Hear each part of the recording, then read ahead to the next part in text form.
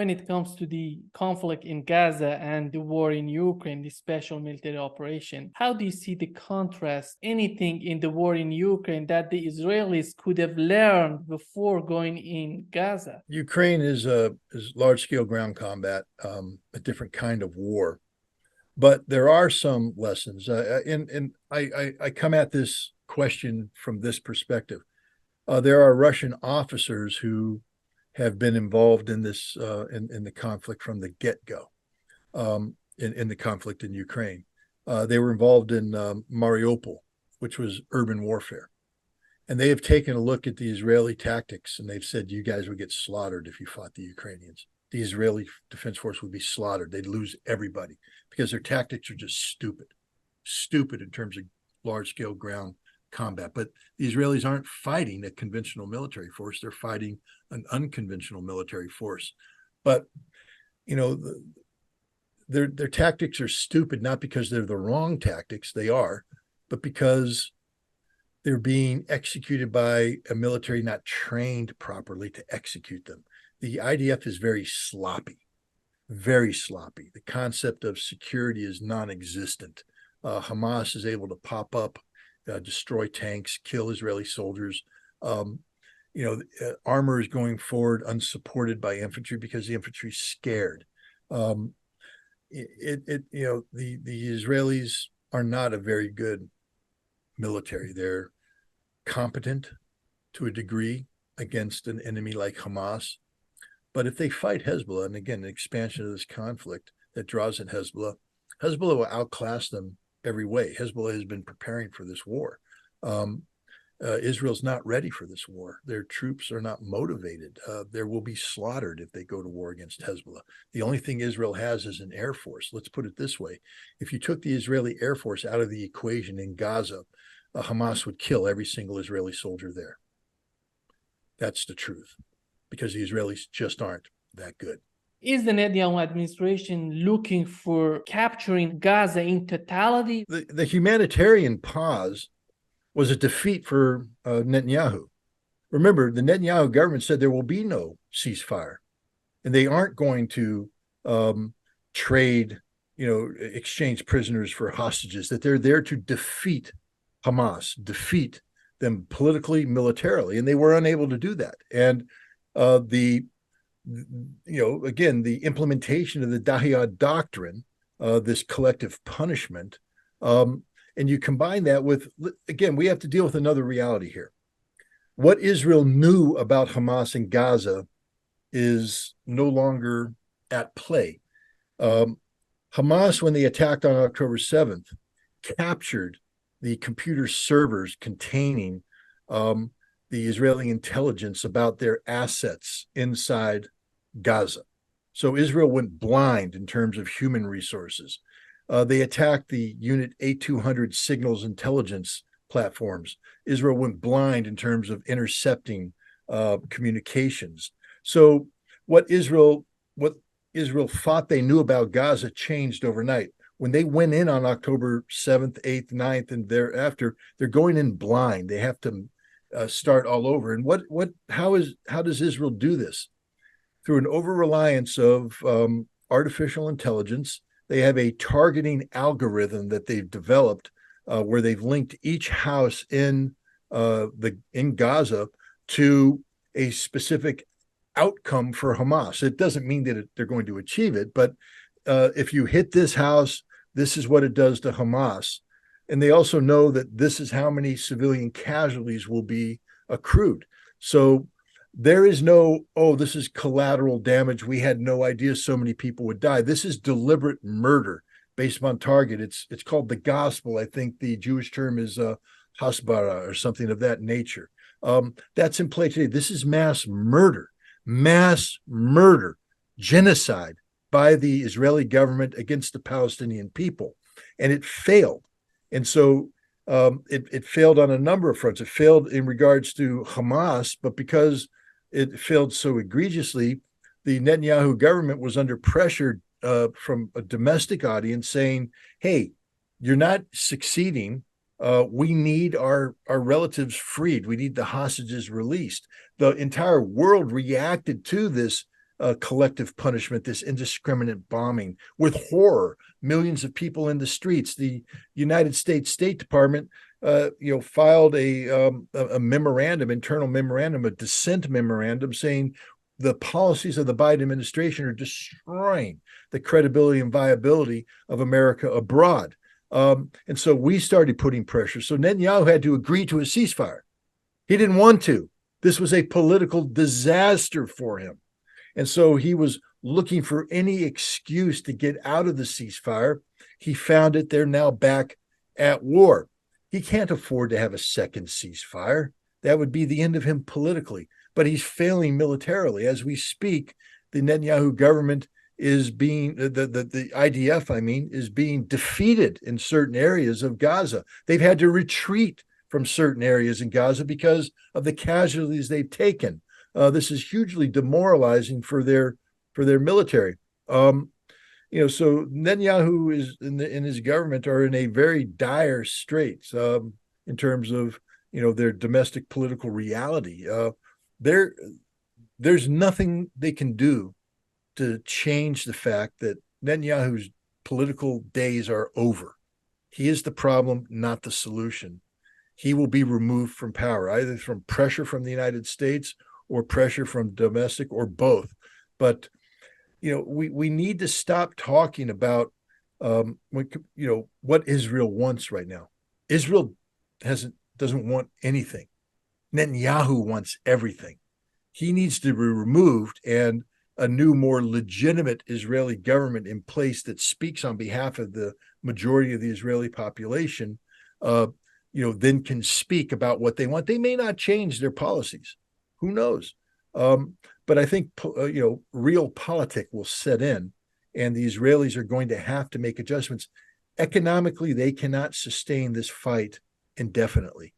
With hundreds of thousands of reservists mobilized who are no longer participating in the economy, with tens of thousands of Israeli citizens displaced from not only around Gaza, but in the north, forced to be resettled, no jobs. They're living off of the support provided by the Israeli government. The economy is faltering. Hundreds of thousands of Israeli Jews are fleeing Israel for more stable locations. This is a strategic defeat, a disaster for Israel, that if they can't find the way to defeat Hamas, and I don't believe they can, you can't defeat an ideal, especially one that resonates so strongly amongst not only the Palestinian people, but the entire world. It can't be defeated by Israel. So I think Israel won't get what it wants out of this war. We have to understand that they did not initiate this conflict. They didn't want this conflict. They weren't expecting this conflict. The Netanyahu government on October 6th had a policy that was predicated on the normalization of relations with Saudi Arabia, the initiation of this new economic-based conception that was described by Joe Biden and Benjamin Netanyahu. Biden announced it during the G20 meeting in India, talked about the India-Middle East Economic Corridor. Benjamin Netanyahu bragged about it during his presentation to the General Assembly in the United Nations. This was the direction that Israel was going. Israel was also, under the Netanyahu government, making sure that there would never be a two-state solution, never be a Palestinian state. They were in the process of expanding operations to create new settlements in the West. And they thought that they had bought off Hamas and the Palestinians in the Gaza by increasing the number of work permits, that this perception of new economic viability on the part of the Gazan Palestinians linked to a relationship with Israel, an ongoing economic relationship, would preclude any precipitous actions by Hamas. So when October 7th came around, the Netanyahu government is faced with a whole new reality. And now they're adjusting to it. And this reality is 100% politically motivated. It's couched as a security reaction, but it's political. Benjamin Netanyahu was a politician already fighting for his political life prior to October 7th because of what he had done in terms of rewriting Israeli basic law regarding control of the judiciary. It was supposed to be an independent branch of government, and instead, under the new law, it would be subordinated to a politicized Israeli parliament, the Knesset. And the purpose of this wasn't to improve Israeli jurisprudence, but rather to prevent the prosecution of Benjamin Netanyahu on corruption charges. So, hundreds of thousands of Israelis were already in the streets protesting against this man. The Israeli president had said that the situation was so dire that Israel could be looking at an actual civil war. And then comes October 7th. And so you have this already unpopular prime minister now presiding over the greatest security failure in the history of Israel. This is bigger than 1973 Yom Kippur War. This is a absolute failure on the part of the Netanyahu government, but also Israeli intelligence and the Israeli Defense Force themselves. And so the entire leadership of Israel is at risk of losing political viability, meaning that they should and could possibly be removed from power at any moment. The only reason why they're staying in power is because the Netanyahu government now has declared war, or as they have said, war was declared on Israel by Hamas. And if you're in for a dime, you might as well be in for a dollar. So if you're going to go to war with Hamas, now you articulate goals and objectives that reflect this war status. And you say that Israel is going to destroy not only the military aspects of Hamas, the organizational structures of Hamas, but politically, Hamas will be eliminated. Hamas will never again rule Gaza. And if you look at it from that standpoint, Israel has failed across the board. When we take a look at the millions of people who are in the streets in cities around the world protesting in support of Palestine, they're protesting in support of Hamas. They may not admit they are, but the reality is they wouldn't be there if it weren't for Hamas. They wouldn't be there if Hamas hadn't attacked Israel and created this overreaction, or the opportunity for this overreaction. It's Israel that has done it to itself. Israel didn't need to invoke the Dahiya Doctrine, named after the West Beirut suburb, which in 2006 Israel flattened as part of a new principle of collective punishment, that makes sure that any civilian population linked to a political entity that is poses a security threat to Israel, that they will be punished collectively to put pressure on them, to pressure their own political entity to stop doing what Israel objects to. It was done against the Lebanese to put pressure on Hezbollah. It failed miserably. And it's been done repeatedly against the Palestinians in Gaza to put pressure on Hamas. This is even prior to October 7th. And it's failed miserably. And it's failing now. This collective punishment that Israel has undertaken has turned the world against Israel. This is a victory for Hamas. We need to also point out that the Netanyahu government was vociferously against a two-state solution, a Palestinian state, said there will not be one. They believe in Eretz Israel, greater Israel, or biblical Israel.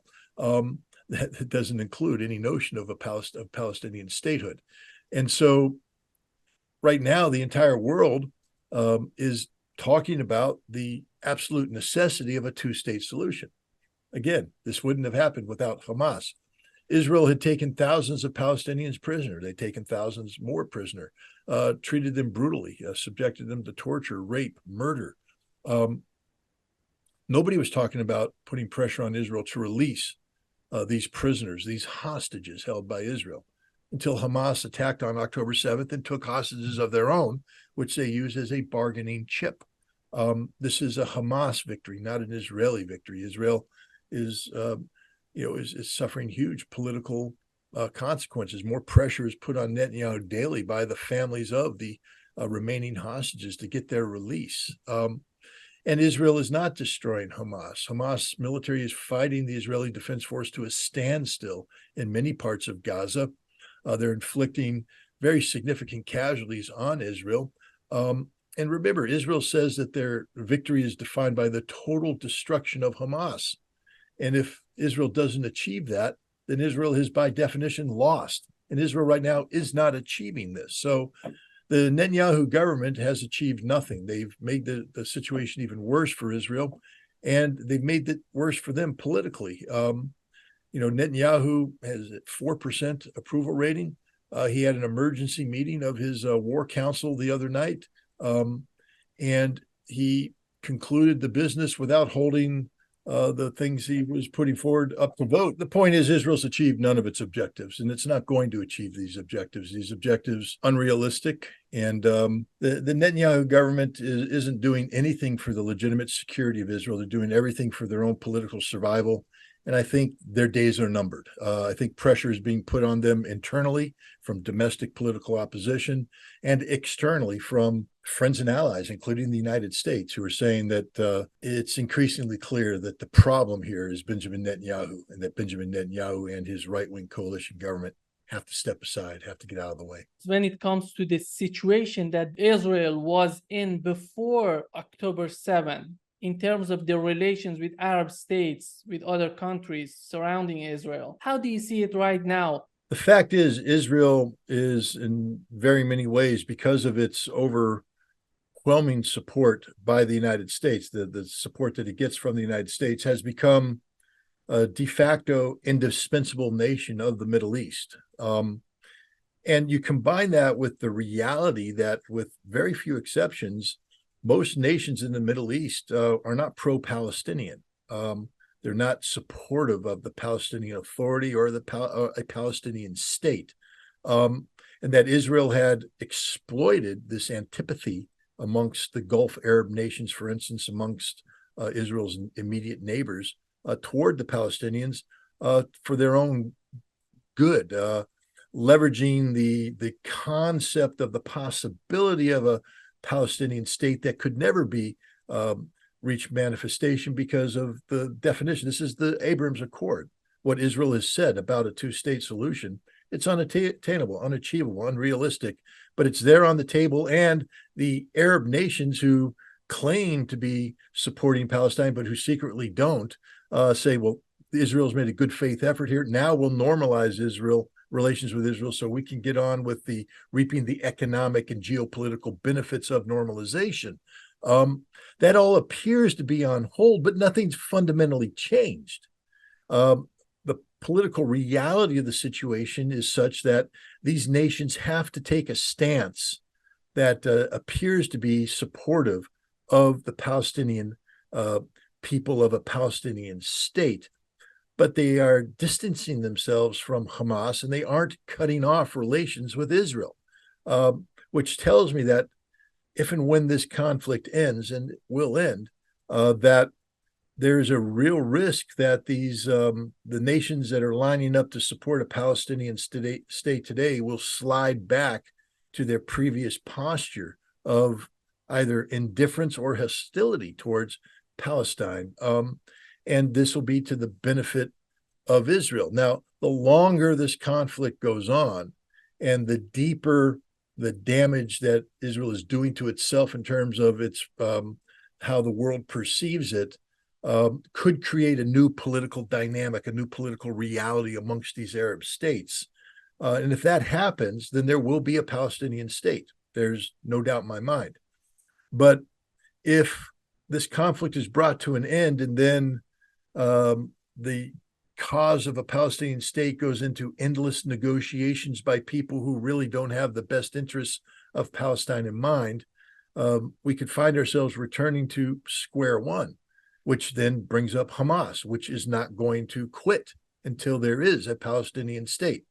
And I think that the failure of Israel to defeat Hamas empowers Hamas politically and gives them increased leverage to tell the Arab world, the Islamic world, that we will not go away. We will not quit. We will continue to resist. And that the best way to bring peace and stability to the region is to create a true Palestinian, independent Palestinian state, which includes Hamas as a political entity. You can't make Hamas disappear. If there were elections in the Palestinian, in the Gaza and West Bank today, I think Hamas would win overwhelmingly. The Palestinian Authority has no credibility, none, zero credibility.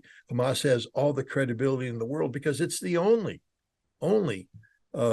Arab organization that's fighting for the Palestinian people. How do you see the possibility of Hezbollah getting more seriously involved in this battle? Is that possible, in your opinion? Oh, of course it's possible. It's even likely, given what Hezbollah has done is it has maintained a extraordinarily high levels of pressure on Israel along the border between Israel and Lebanon. The purpose of this was to force Israel to divert resources from Gaza to Lebanon and to put strain, economic and political strain on Israel at a time when it was supposed to be singularly focused on resolving the Gaza crisis. Up to 70,000 Israelis have been evacuated from northern Israel. They have to be housed, cared for at enormous economic cost to Israel. Whatever economic activity took place in the north has come to a halt. So that's an unsustainable reality that Israel can't just allow to occur. And Hezbollah keeps ratcheting up the pressure. Israel right now has confronted Benny Gantz, the Minister of War, has come out and said that Israel has no choice but to turn its attention to Lebanon to compel Hezbollah to withdraw from the border. This is suicidal. Lebanon is as prepared for whatever Israel is going to do as Hamas was prepared for Israel. And Hezbollah is an organization that has far more military capacity than Hamas. It will be fatal for Israel to expand this conflict. And I think that's why it might not happen, is that the Israelis know that if they engage decisively with Hezbollah, they will suffer a decisive defeat. And that could be very problematic, not only for the Netanyahu government, but for anybody who's joined his coalition, his wartime coalition, like Benny Gantz and others. So it's a very dangerous situation, one where there is an absolute threat of an expansion of this conflict to draw in Hezbollah, but also one that the consequences of such expansion are so dire that it might be difficult for Israel to act on it, which is what Hezbollah is betting on, that Israel will make a decision to seek a ceasefire before they make a decision to escalate. Time will tell. One of the countries that is so important is Saudi Arabia. How do you see their policy in Gaza? Are they looking for some sort of sanity, some sort of solution for Gaza? Well, their official position and what their real position is might be two different things. Their official position is that they support Palestine, they support the Palestinian people, they support a two-state solution, and therefore they are opposed to the ongoing Israeli actions. Their unofficial position is they were ready to normalize relations with Israel to, offset the axis of resistance. Hamas, Hezbollah, Syria, Iran, the Houthi, pro-Shia militias in Iraq. Yes, because of China, Saudi Arabia, and Iran had normalized relations. But that doesn't mean that Saudi Arabia is going to roll over and play dead. It was not a Saudi surrender. And Saudi Arabia was very interested in ensuring that it maintain a dominant geopolitical position vis-a-vis the Middle East. And they were looking to do that by normalizing relations with Israel and creating the conditions where Israel would be able to insert itself into the Persian Gulf region in a way that helped offset, Iran's growing stature in these nations that are linked to the axis of resistance. So the Saudis are in a very, they're stuck between the horns of a dilemma right now. They can't continue to carry out a policy which, by any stretch of the imagination, is pro-Israeli in nature, normalizing relations, bringing Israel into the Gulf region to offset Iranian influence. And they can't ignore the new reality generated by Hamas's military operation on October 7th and what's transpired since then by ignoring a Palestinian two-state solution. So I think what Saudi Arabia is doing is buying time, saying all the right things, hosting a conference, but doing nothing, and waiting to see where the chips finally fall before they would decisively commit. Remember, Saudi Arabia's number one purpose for doing anything is to benefit Saudi Arabia.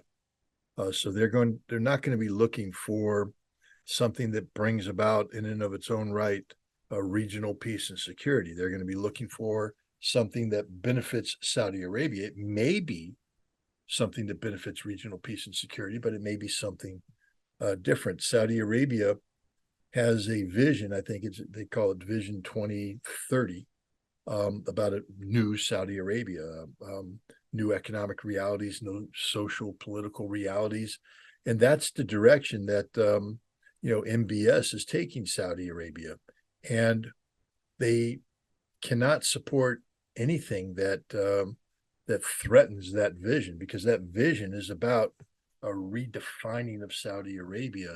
It's what its economy looks like, what its geopolitical posture looks like, and that's going to require a lot of money to make happen, and that money won't be there if Saudi Arabia does anything that causes a disruption to its oil-based economy, or fundamentally changes the balance of power in the Middle East, so that Saudi Arabia is compelled to take an action one way or the other.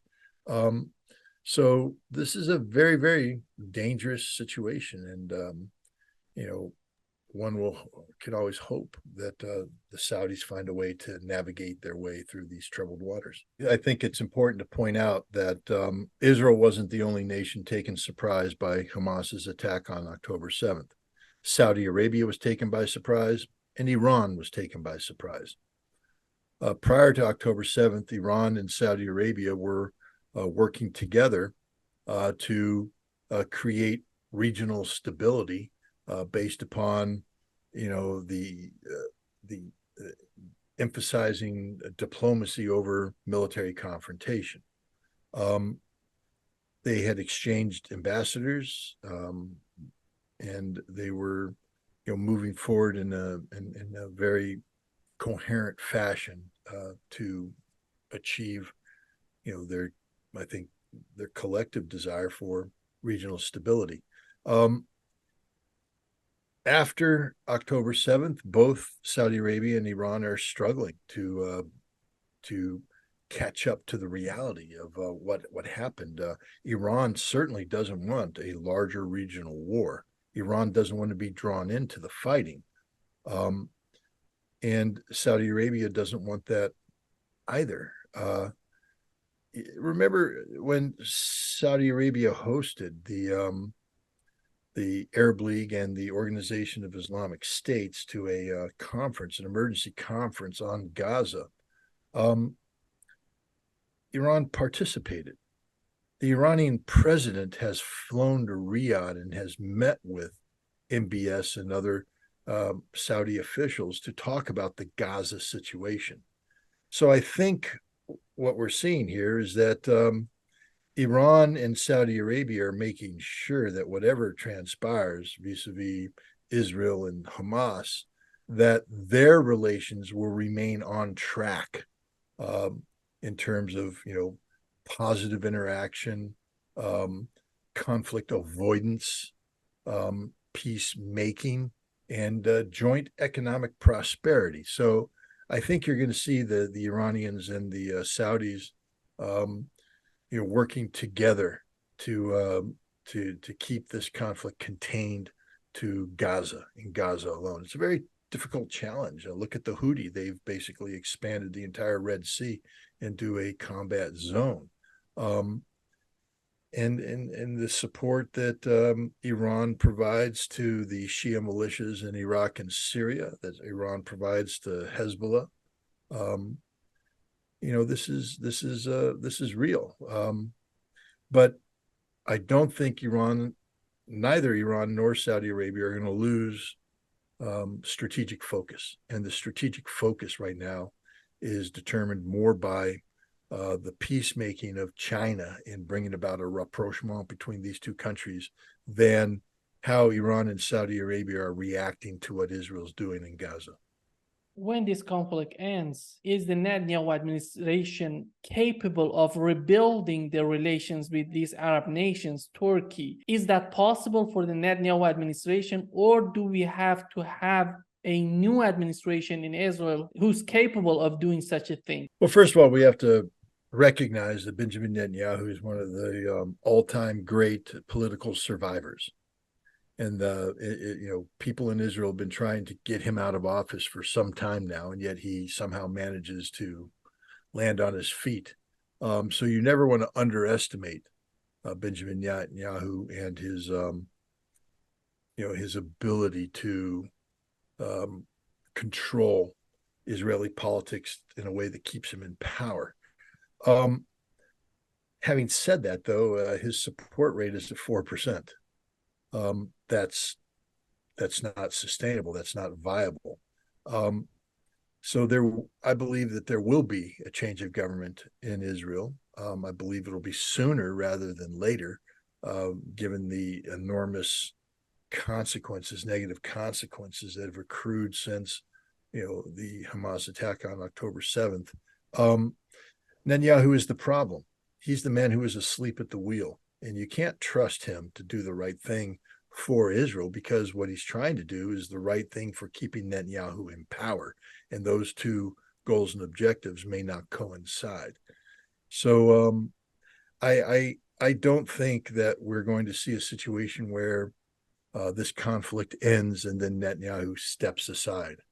I think we're going to see a situation where Netanyahu is compelled to step aside, and then this conflict ends, and then we find out if the world is capable of negotiating good faith about, the future demarcation between Arabs and Israelis, things of that nature.